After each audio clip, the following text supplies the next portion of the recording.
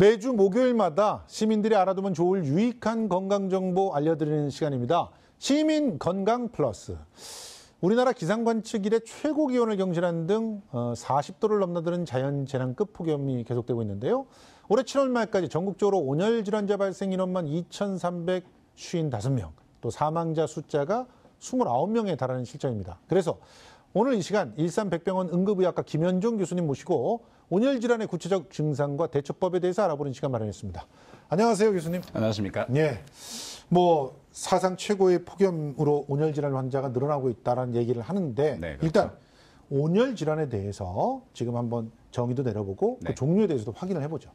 온열 질환은 굉장히 쉽게 생각하실 수 있습니다. 내 몸이 처리해서 이렇게 배출할 수 있는 열 이상으로 네. 내 몸이 열을 많이 만들어내거나 아니면 밖에서 열이 들어왔을 때 네. 나타나는 그런 증상들인데요. 네.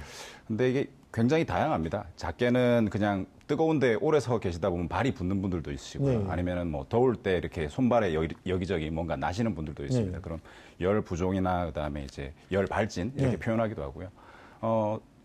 더운 계절에 이렇게 열심히 운동하시다 보면 갑자기 쥐가 나시는 분들도 네. 있습니다. 그런 것들도 일종의 열성 질환이고요. 네. 저희가 열경련이라고 부르는데, 그러다가 이제 조금 더 심해지면 더위를 먹는다고 그러죠. 네. 일사병이라고 그렇게 부르는데, 머리가 아프다든지 네. 속이 미식거리거나 기력이 빠진다든지 그런 증상이 있다가 그게 좀 더 진행이 되면 의식을 잃고 어떤 분들은 경련을 하고 네. 생명을 잃게 되는 네. 그런 저희가 열사병이라고 부르는 그런 질환인데요. 그런 것들을 통틀어서 다 온열 질환이라고 부르고 있습니다. 그렇습니다. 그러니까 아이를 키워보신 분들은 한 번쯤은 그럼요. 애가 네. 열이 올라서 경련을 한다거나 갑자기 축 몸이 늘어진다거나 이런 일들 겪었을 거예요. 네네. 그래서 그때 시급하게 막 온도를 낮춰야 되고 네. 해열제를 갖다가 먹여야 되고 이런 거 다들 알고 계시는데 네네. 이게 비슷한 증상이 나타난다는 사실을 잘 모르시는 경우가 있단 말이죠. 그래서 이 온열 질환에 대해서 대처가 굉장히 중요한 건데 네. 지금 환자분들이 많이 찾아오고 계시죠? 굉장히 많이 늘었습니다. 실제 네. 그 질병관리본부에서 보통 작년 같은 경우에 5월 말에서부터 해서 9월 초 정도까지 전체 환자 발생 건수가 1,500명 정도 됐었는데요. 네. 앞에서 말씀해 주셨지만 벌써 지금 이제 8월 초가 되는데 2,300명이고요. 사망자 수는 거의 3배가량 지금 네. 30명 수준에 네. 지금 오고 있습니다. 제가 일하는 기관에서도 작게는 그냥 더위 먹었다고 이렇게 오시는 분들부터 그다음에 벌써 치명적으로 생명이 위독하셨던 분들도 벌써 몇 분 방문하셔서 예. 치료를 받고 그러고 계십니다. 아니 근데 더위 먹었다고 찾아오시는 분은 그나마 다행인 게 이번에도 오늘 뉴스에 나왔지만 네네. 한 외국인 노동자가 네. 그냥 잠깐 더워서 그래요. 네. 그래서 주변에서 말렸는데도 네. 자기는 이렇게 있다가는 잘릴지 모르겠다 생각해서 억지로 자기가 나갔다가 목숨을 잃었단 말이에요. 그러니까 결과적으로 방치를 해서는 안 될 결정적인 이유는 목숨이 왔다 갔다 하는 질병이기 때문에 그런 거죠. 그렇습니다. 이렇게 질병의 특징 자체가 처음부터 누가 만났을 때 이게 굉장히 심각한 질환이구나 바로 알 수 있는 게 아니라 예. 시작은 굉장히 가벼운 증상으로 시작합니다. 맞습니다. 그냥 예. 좀 어지럽다. 오늘 왜 이렇게 입맛이 없지? 예. 머리가 아프네. 이렇게 예. 시작을 하는데 그러고 나서 또 좀 쉬거나 물 마시면 괜찮아지거든요. 예. 그러니까 아직 괜찮아졌으니까 다시 복귀해야지라고 생각하기 쉬운데 실제 내 몸은 아직 열에서 받은 손상들을 완전히 회복해내지 못합니다. 그렇습니다. 예, 하루나 이틀 정도는 더 충분한 휴식이 필요하고요. 그 상태에서 다시 더운 환경으로 온열 환경으로 복귀를 하면 아까 말씀드렸던 가벼운 일사병 수준이 갑자기 열사병. 예. 그리고 특히 이 열사병은 제대로 치료를 받지 않으면 사망률이 거의 100%에 가깝습니다. 그렇기 때문에 100%요? 네, 굉장히 제대로 치료를 받지 않으면 그렇고요. 치료를 하더라도 굉장히 많은 후유증을 남길 수 있습니다. 예. 그러니까 우리가 흔히 아이들 열 경기할 때 정말 바로 대처를 해야지 그렇지 않으면 아이가 큰일 나잖아요. 그렇죠. 죽을 수도 있지만 네네. 후에 굉장히 큰 후유증 때문에 네. 어렸을 때 그런 일들을 겪어서 참 내내 후유 장애를 갖다가 앓는 사람들이 많지 네. 않습니까? 네. 그래서 이 골든 타임에 가장 바람직한 대처법을 좀 알고 싶어요. 사실 이 땡볕에서 더워서 그리고 예. 탈수가 생겨서 생긴 증상이기 때문에 그걸 반대로 뒤집으면 됩니다. 예. 시원한 곳에서 그늘에서 충분히 수분 섭취를 하고 예. 쉬면 되고요. 제일 중요한 거는 이제 아까도 말씀드렸지만 조금 쉬었다고 괜찮아졌다고 해서 바로 복귀하는 것이 아니라 예. 지속적으로 휴식을 취하고 수분 섭취를 하면서 지켜보는 게 중요하고요. 그리고 열이 몸에 쌓이지 않도록 내가 작업 중이셨던 분이라면 안전 장구들을 충분히 해체를 하고 예. 몸을 좀 느슨하게 하고 열 발산이 잘 될 수 있게 해주셔야 되고 물 같은 경우도 내가 꼭 목이 말라야만 물을 마시는 게 아니라 충분히 일하는 틈틈이 목이 마르기 이전에 계속 수분 섭취를 해주시는 게 중요합니다. 아니 근데 자기 스스로의 지병을 알고 있는 것도 굉장히 중요하다 그러더라고요. 그렇습니다. 어떤 분들은 물을 너무 갑자기 마시면 오히려 네. 쓰러질 수도 있다면서요. 고혈압 환자들이 그렇다면서요. 그런 분들도 계시고 가장 이제 몸 안에서 수분을 이렇게 배출하고 또 모으고 하는 기능에 가장 큰 문제를 일으키시는 분들이 아하. 이게 신장 질환, 신장 안에. 콩팥 질환들이 있으신 분들입니다. 예. 그런 분들이 뭐 밖에 나가서 일을 하실 일이 많지는 않으시겠지만 예. 그런 분들은 이제 외부 활동이라든지 수분 섭취의 양 같은 것들은 주치하고 꼭 상의를 하시는 게 좀 필요합니다. 아, 그렇군요.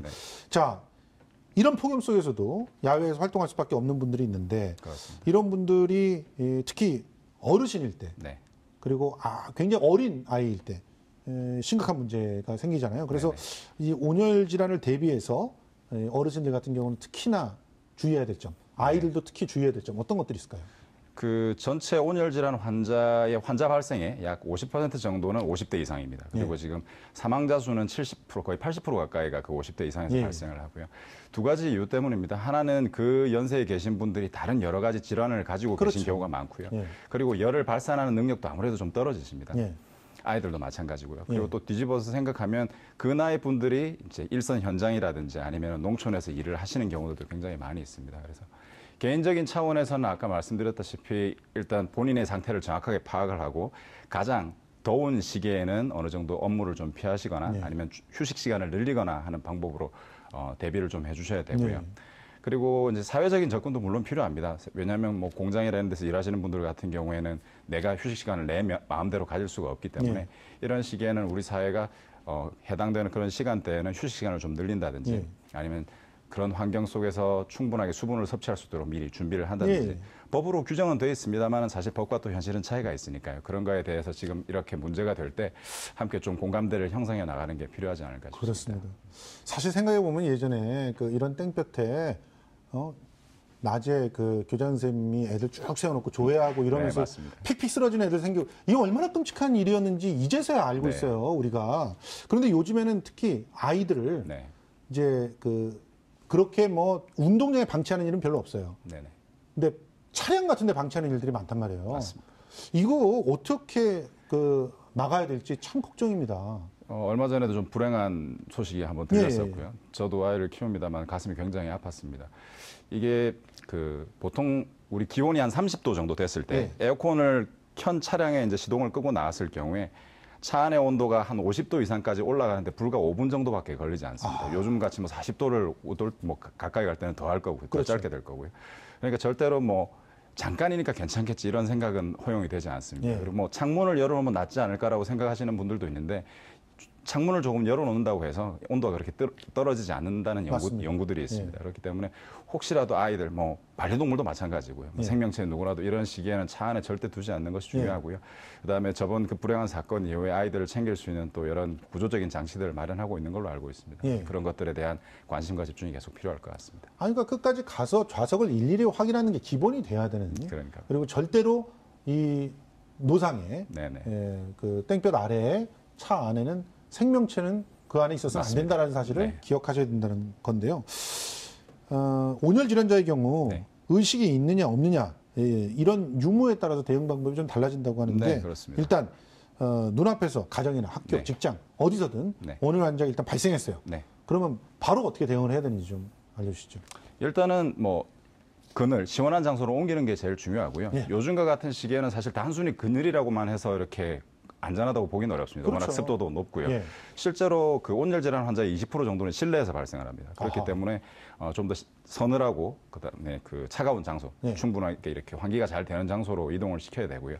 뭐 모자를 쓰고 있다든지 장구류를 착용을 하고 있으면 좀 느슨하게 만들어서 풀어주는 게 필요하고요.